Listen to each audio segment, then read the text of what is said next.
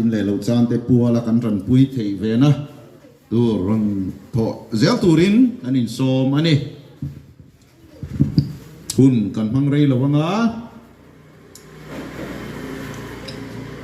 ron kal zel turin kan in som ani